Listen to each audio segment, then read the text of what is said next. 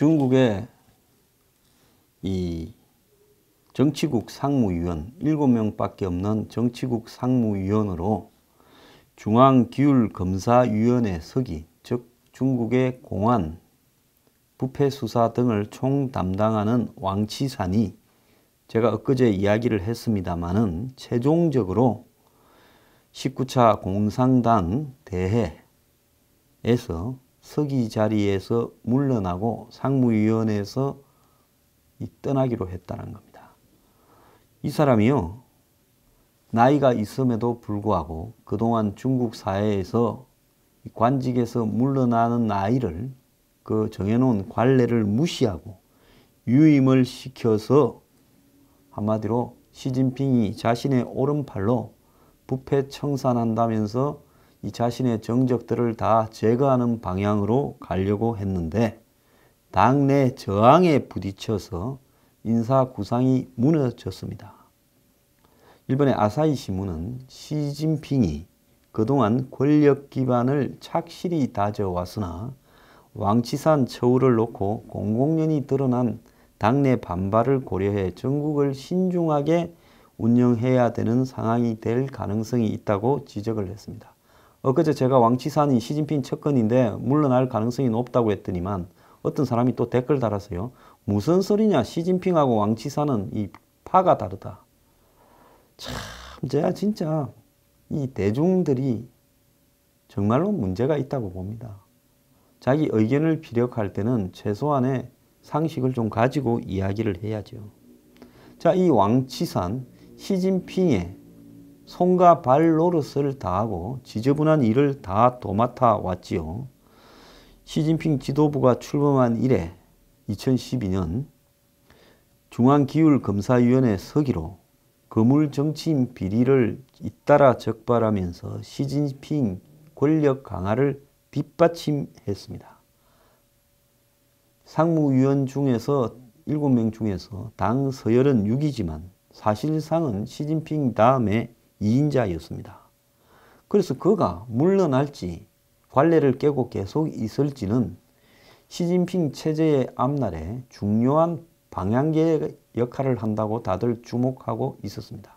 왜 제가 이 뉴스를 계속 이야기하는가 하면요, 이것은 매우 의미가 있는 게 시진핑의 권력이 지금 중국에서 어떻게 돼 가는가가 앞으로 북한 문제를 해결하는 데 있어서 중국의 역할이 어떻게 될 것인가를 가름하는 우리하고도 매우 중요한 문제라는 겁니다. 지금 시진핑이 왜 북한에 대해서 저러는가? 김정은이 왜 하필이면 시진핑 대에 와서 시진핑의 권력이 절정에 이른 점에 핵개발과 ICBM 개발을 완성하는가? 이거는요, 시진핑이 절대적으로 김정은의 핵개발이 자신에게 나쁠 게 없다고 생각하고 중국 사람의 매우 이중적인 행태, 겉으로는 말리는 척하면서 뒤로는 잘한다. 네, 방치하고 그래도 최소한의 줄 거는 주고 또 압력을 막아줄 거니까 너네들이 완성을 해서 미국을 불러내서 평화협정을 해서 미군을 한국에서 몰아내고 우리 편인 듯 아닌 듯 하는 저 한국을 이번 기회에 완전히 무릎을 꿇려가지고 이 우리 체제 안에 넣도록 너네들이 총대를 메고 한번 만들어 봐라. 그렇게 한 거지요. 그래서 김정은은 시진핑으로부터 그런 보장을 받고 지금까지 왔던 겁니다. 그래서 정치국 상무위원 7명은 68세의 나이가 되면 무조건 정년 퇴임인데 왕치산은 69인데도 불구하고 퇴임하지 않고 시진핑이 추진해온 이 왕치산이 시진핑을 대행해서 추진해온 부패 추방, 부패 척결이라는 기치하에서 이 중국의 우매한 대중들의 지지를 확보하는 척하면서 왕치산을 위임시켜가지고 공포정치를 더 하려고 하고 그 사이에 지 사상을 중국 당대에서 채택을 해서 지가 모택동 같은 위치에 올라서 사실상 1인 체제를 완성하려고 한 거죠. 황제가 되려다가 실패를 한 겁니다. 그런데 관례를 깨고 왕치산을 유임시키는데 반감을 가진 당내 세력들이 거세게 반발을 하면서 시진핑 생각대로 인사가 굴러가지 않았습니다. 자, 물론 이 왕치산 대신에 또 다른 시진핑 똘마니 리잔수라는 중앙판공청 주임이 될 거라고 하지만은 결국은 시진핑이 역부족을 느끼고 정치적으로 승부를 거는 것보다는 이 상무위원 인사에서 왕치산을 내보내고 자기 사람을 심으려고 한 것으로 지금 보입니다. 그런데 왕치산이 물러나기로 한 직전에 오늘 오전의 기사를 보면 중국을 방문 중인 이 리센룽, 그러니까 이 싱가포르 총리가 중국의 2인자이자 반부패 개혁 선봉장인 왕치산을 만났다라는 내용의 보도가 나왔습니다. 그 사진에 보면 리센룽 총리와 왕치산이 옆에 정상회담하듯이 이렇게 나란히 앉았는데요. 자, 공식적으로는 이 시진핑이 중국을 대표하는데 왕치산은 공식 서열은 중국에서 6입니다. 그러면 왕치산은 이 리센룽 싱가포르를 대표하는 실권자와 최고 실권자와 1대1로 옆으로 나란하게 앉아서 이야기를 하는 것이 불가능하죠. 원래 정상들끼리만 옆으로 나란히 앉아서 이야기를 하는 것은 니도 너그 나라의 두목이고 나도 우리나라의 두목이니 우리 둘이가 한 사람은 앞에 앉고 한 사람은 옆에 앉을 수 없으니까 나란히 앉자. 이렇게 해서 보통 나란히 앉아서 옆을 바라보면서 대화를 하죠.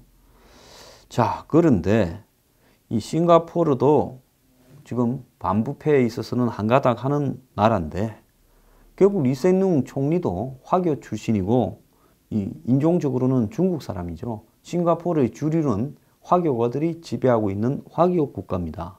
화교들의 고향은 그야말로 중국이고요. 그래서 중국의 정권 교체가 미치는 싱가포르에 대한 영향은 매우 크죠. 그런데 리센룽이 과연 왕치산이 물러날 건가 안 물러날 건가를 이렇게 궁금해서 견디다 못해서 이 왕치산 면담을 요구를 해가지고 왕치산을 마치 정상끼리의 면담처럼 만났다는 겁니다. 둘이 만나서는 이 리콴유 전 총리, 즉 리센룽의 아버지죠. 리콴유 총리의 아들이 리센룽이죠. 그 사람에 대한 덕담을 나눴다 하지만은 결국은 이 왕치산이 어떻게 될 건가 싱가포르 총리도 궁금해서 만났다 이렇게 해석이 되고 있습니다. 이번 19차 당대회는요. 시진핑의 5년 임기가 끝이 나고 이 대회가 끝나면 시진핑의 중국의 지금 이 룰이 2번까지 할 수 있다는 겁니다. 그래서 시진핑의 집권 2기가 이제 6년 차가 시작이 되는 건데요. 이 시진핑과 그냥 명목상의 서열 2위 리커창은 유임이 확실하고 이제는 중국이 1대부터 모택동 덩소평부터 시작해서 쭉쭉쭉 내려오는 6세대 리더들이 등장한다는 겁니다. 그러니까 시진핑이나 리커창은 5세대인 거죠. 자, 지난 2007년 그러니까 시진핑이 주석이 되기 5년 전인 2017년 17차 당대 그러니까 중국은 5년마다 한 번씩 당대를 해서 다음에 이 체제에 대해서 후계자를 정하고 또 이 새로운 주석을 받아들이거나 아니면 임기 연장을 결의하고 중앙상무위원 7명을 중에 나갈 사람 정리하고 하는 일을 합니다. 그래서 시진핑과 리커창은 2007년 17차 당대회에서 상무위원 7인 중에 2사람이 들어가서 후계자 수업을 받은 뒤에 2012년 18차 당대회에서 나란히 서열 1, 2로 정치국 상무위원으로 발탁이 되었습니다.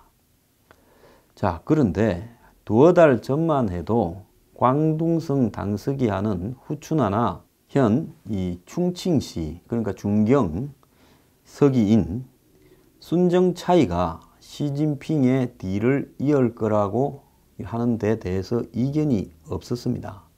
그런데 지난 7월달, 두어 달 전에 순정차이가 낙마하면서 중국 정가에 파란이 일기 시작을 했지요. 그래서 권력 투쟁이 생기는 게 아닌가 이렇게 짐작이 되었습니다.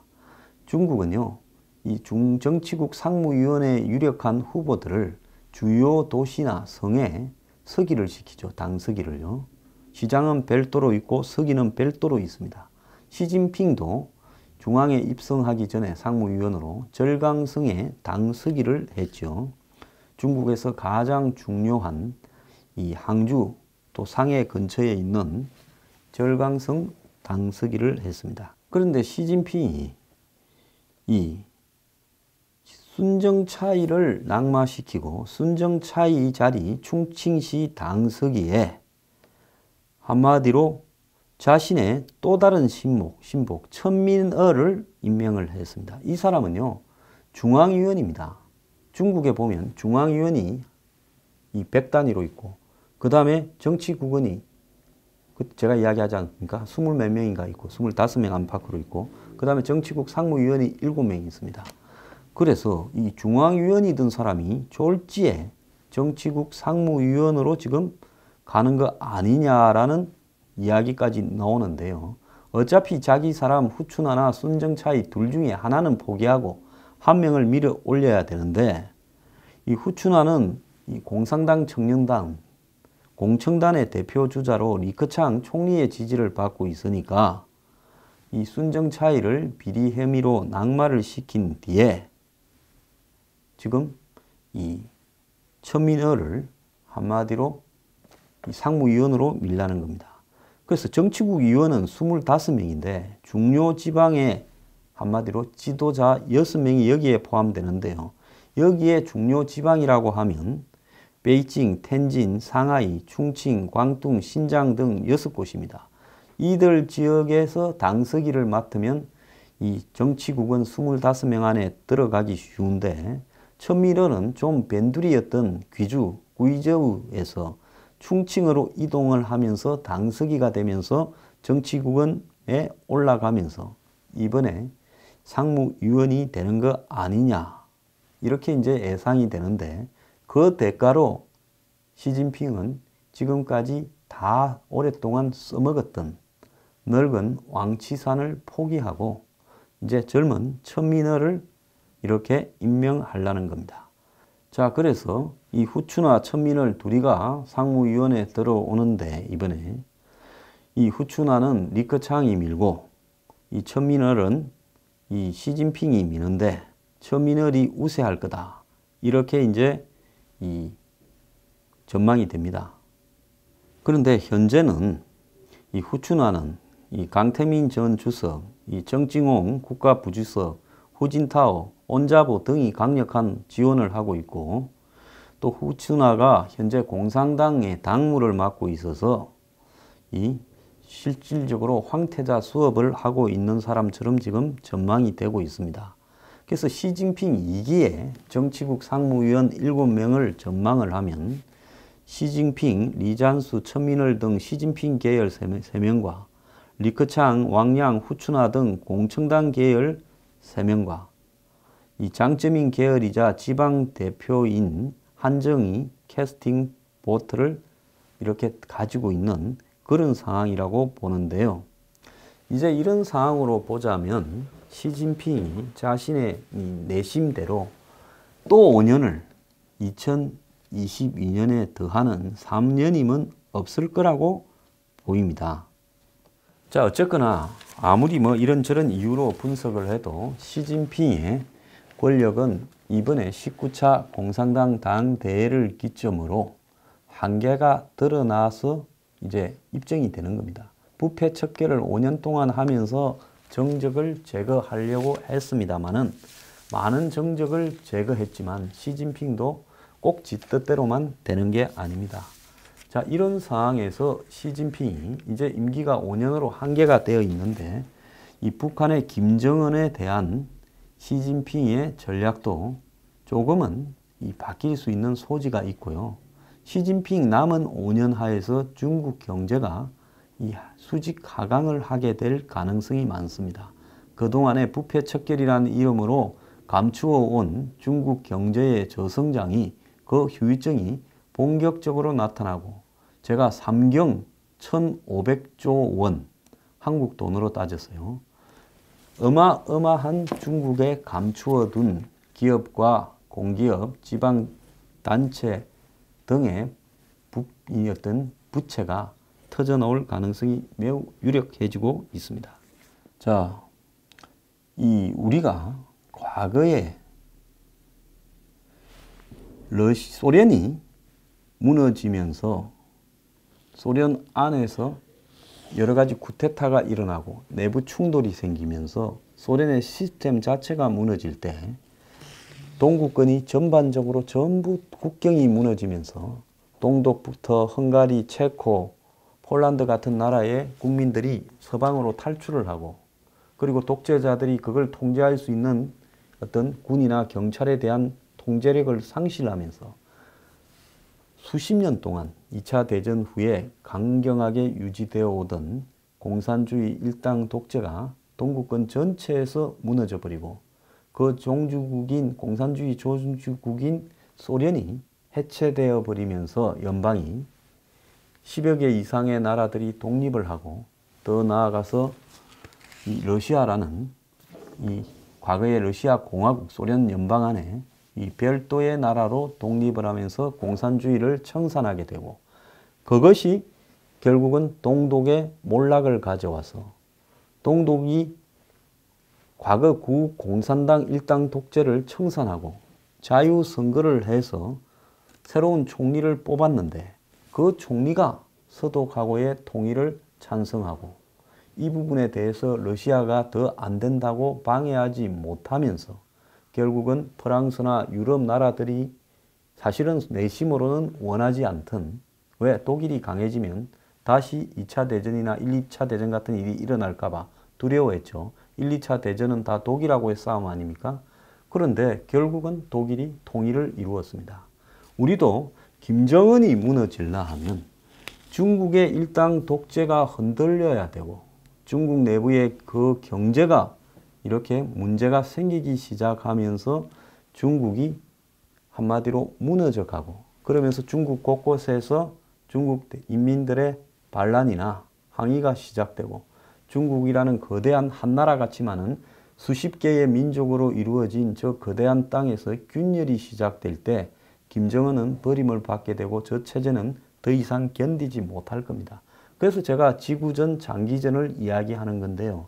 그래서 우리는 중국의 통치 시스템이 어떻게 변화해 가는가를 예의주시해야 되는데 5년마다 한 번씩 열리는 이번 19차 당대회에서 시진핑이 2차 임기를 시작하면서 이 중앙정치국 상무위원을 임명하는 부분에서 7명을 기존에 유임되고 새로 임명하는 부분에서 시진핑이 왕치산을 포기하고 물론 시진핑이 새로운 천민을이란 카드를 민다고 하지만은 어쨌든 시진핑의 뜻대로는 가지 않고 있다는 것은 분명한 것이고 중국 공산당 지도부 내부에서도 오래된 공산당의 원로들이 시진핑을 경고하고 있는 것은 분명한 사실인 것 같습니다. 우리가 앞으로 북한을 대하는데 중국의 지도체제의 변화와 그리고 경제적인 어떤 시스템의